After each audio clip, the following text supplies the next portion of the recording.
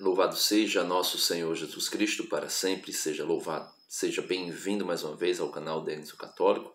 Nós estamos no quadro Liturgia da Palavra Dominical, onde nós meditamos os textos que são propostos pela Igreja para o nosso crescimento espiritual. Nós estamos no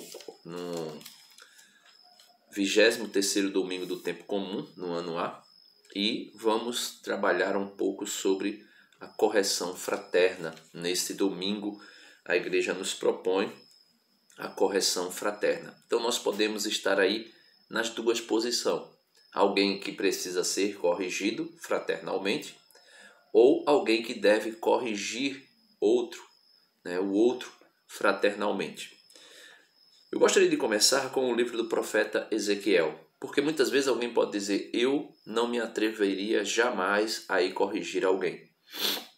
Se você pensa assim, então cuidado, porque você pode ser responsável pela alma de alguém que venha a se perder.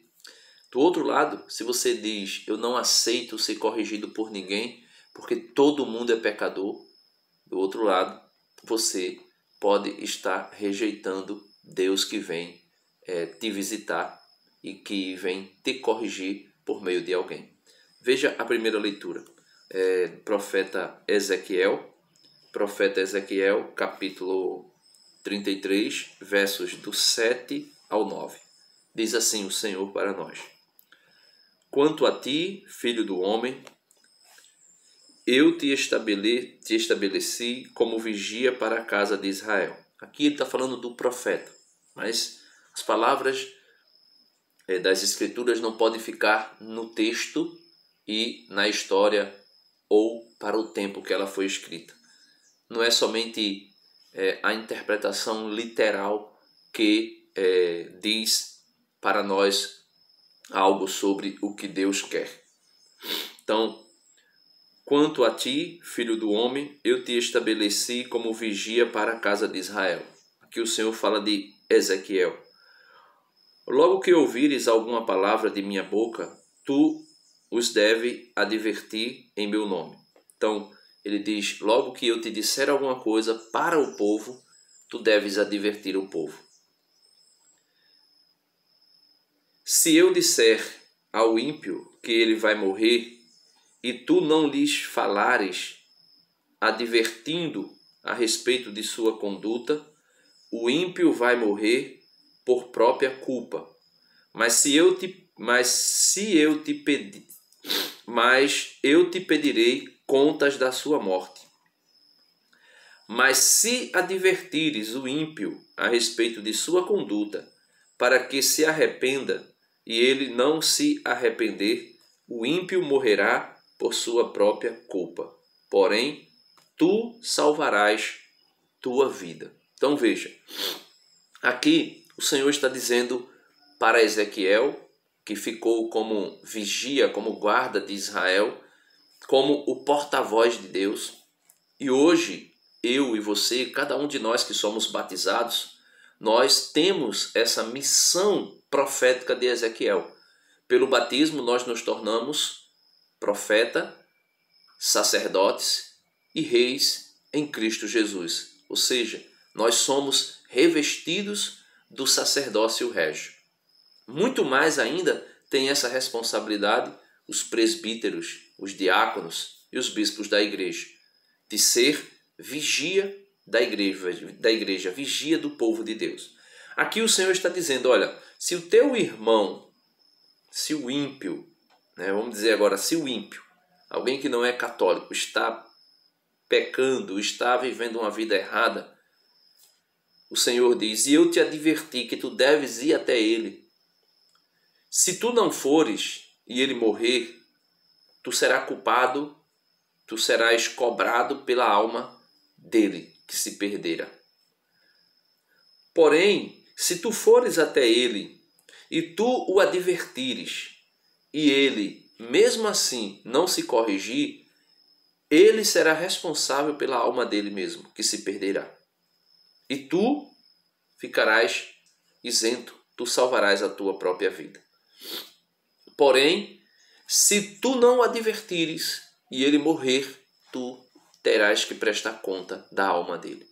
Então o Senhor está dizendo para mim e para você, neste dia, que nós somos responsáveis, não somente pela nossa salvação, mas pela salvação de alguém que está fora dos caminhos de Deus, fora da igreja, fora da comunhão com a santa e amada Igreja Católica. O apóstolo São Paulo, na segunda leitura de hoje, na carta aos Romanos, vai dizer porque nós estamos responsáveis pela salvação das outras pessoas.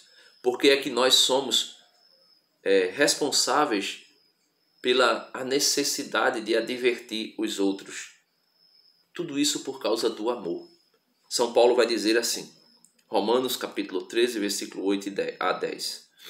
Irmãos, não fiqueis devendo nada a ninguém, a não ser o amor mútuo, pois quem ama o próximo está cumprindo a lei. Então São Paulo está dizendo que quem ama o próximo está cumprindo a lei. Então, nós não seremos réus da lei de Deus se nós amarmos o próximo.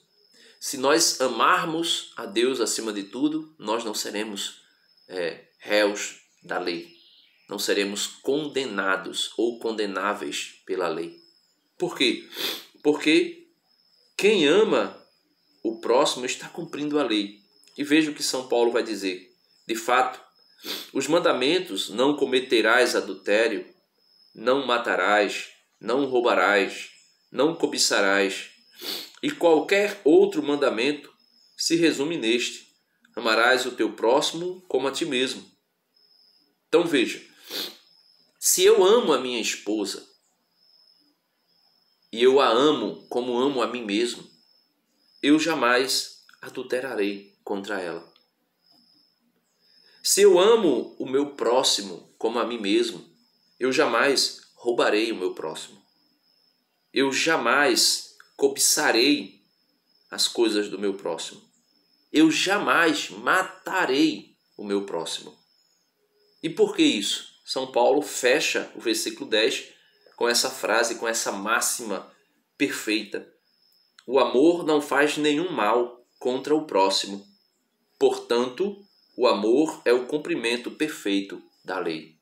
Então, se nós amarmos de verdade, verdadeiramente, nós jamais faremos nenhum desses pecados que estão elencados aqui.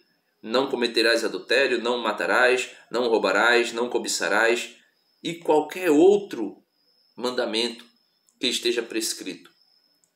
Então, a necessidade de advertir o outro está alicerçada no amor. Se eu amo o outro, eu não desejarei jamais o fim dele, e o fim dele, principalmente o fim eterno. Ao contrário, eu farei de tudo para diverti-lo. E por que eu faço isso? Porque o amor, como diz São Paulo, ou melhor, São João, lança fora o temor. O amor cumpre toda a lei, como diz São Paulo. E Jesus vai dizer aqui que nós devemos ter uma atitude em comunhão com a igreja. Eu individualmente, mas também uma comunhão com a igreja na correção fraterna. Veja, ele vai dizer, Evangelho segundo São Mateus, capítulo 18, versículos do 15 ao 20. Naquele tempo, Jesus disse aos seus discípulos: se o teu irmão pecar contra ti, veja, pecar contra ti, vai corrigi-lo, mas em particular, a sós contigo.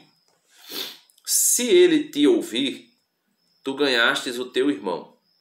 Se ele não te ouvir, toma contigo mais uma ou duas pessoas, para que toda a questão seja decidida sob a palavra de 2 ou 3 testemunhas. Se ele não vos der ouvido, dizei-o à igreja. Se nem mesmo a igreja ele ouvir, seja tratado como se fosse um pagão ou um pecador público. Então veja, a correção fraterna, que é impulsionada pelo amor, ela tem, vamos dizer assim, uma hierarquia de ações que devem ser tomadas.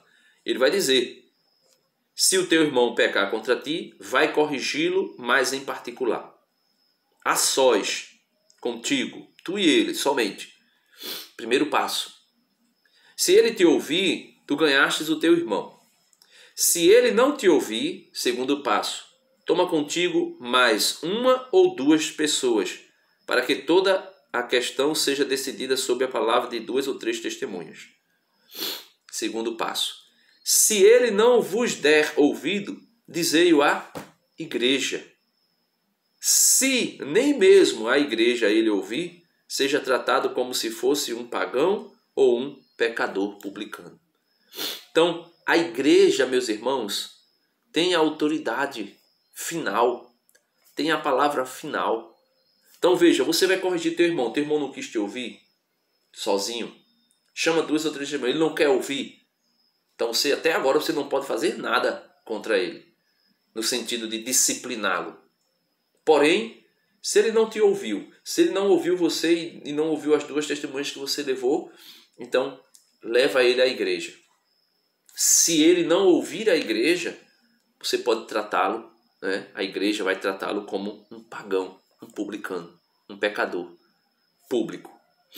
E aí Jesus diz, em verdade vos digo, tudo o que ligardes na terra será ligado no céu, e tudo o que desligares na terra será desligado no céu. Os protestantes vão dizer aqui que essa frase de Jesus, porque está no plural, Jesus estaria dizendo que qualquer pessoa na igreja tem a chave de ligar e desligar, tem o poder de ligar e desligar. Não. Aqui nós podemos ver, logo no início, Jesus está falando com os seus apóstolos. Não somente Pedro tem a autoridade de ligar e desligar.